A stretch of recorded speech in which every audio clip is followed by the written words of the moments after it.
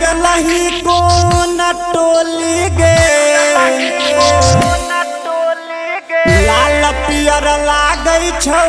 छौरी तोहर चोली गे होली में गई होली में के रंग लगल कौ चोली में होली में गई होली में के रंग लगल कौ चोली में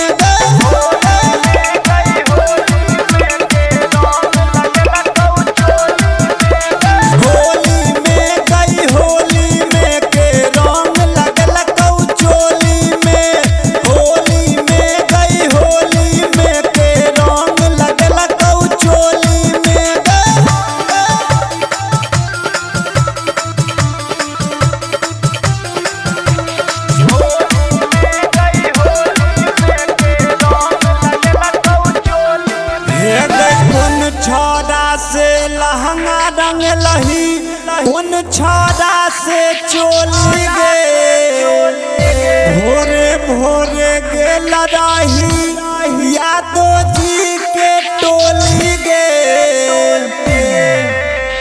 होली में गई होली में के रंग लगल कौ चोली में होली में गई होली में के रंग लगल कौ चोली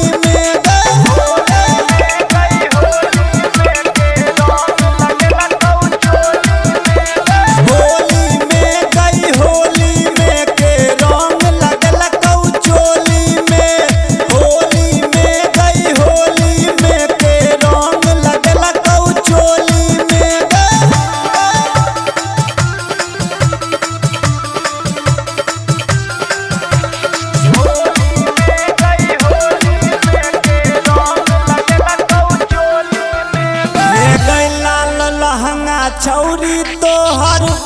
गेल छौला सराई गे